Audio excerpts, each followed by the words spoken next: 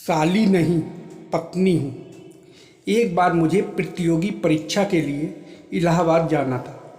मेरे पिताजी की मृत्यु हो चुकी थी और मेरी बड़ी बहन शादीशुदा थी। जीजा जी रेलवे में कार्यरत थे। मम्मी ने जीजा जी से कहा कि पुष्पा के साथ आप चले जाइए, वो अकेली कैसे जाएगी। उनके पास रेलवे का पास था। उन्होंने मुझे अच्छी तरह से समझा दिया कि टीटी से क्या बोलना है।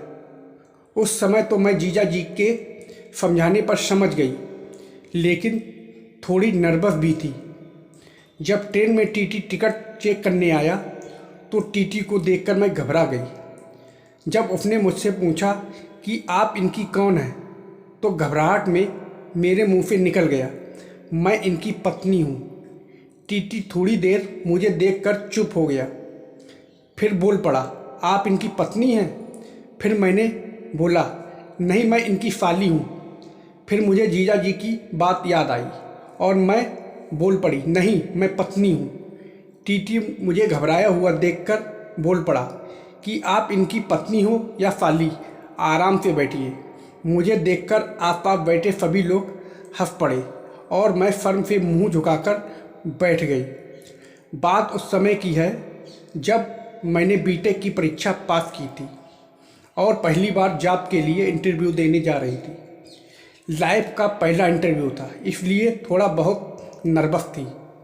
मैं जल्दी से तैयार होकर उस जगह पर पहुंची जहां इंटरव्यू था।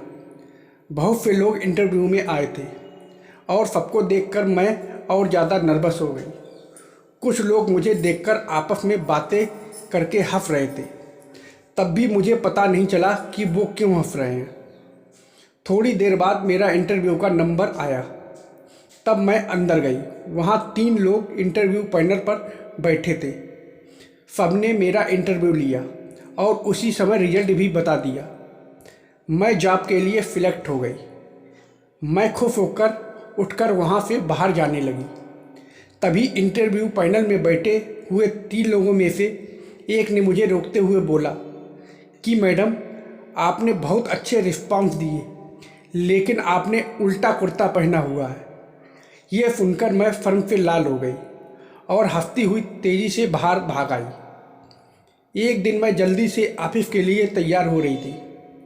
तभी एक ज़रूरी कॉल आ गया और मैं जल्दी से तैयार होकर ऑफिस भागने लगी। जब मैं ऑफिस पहुंची तब सब मेरे पैरों की तरफ देखकर ज़ोर से हंसने लगे। जब मैंने अपने पैर देखे तो मुझे भी हंसी आ गई। मैंने दोनों पैरों में अलग अलग चप्पलें पहनी थीं। ये देखकर मैं शर्म से लाल हो गई और हंसते हुए मैं सबसे बोलने लगी कि हंसने की क्या बात है, अलग चप्पल का ही फैशन है।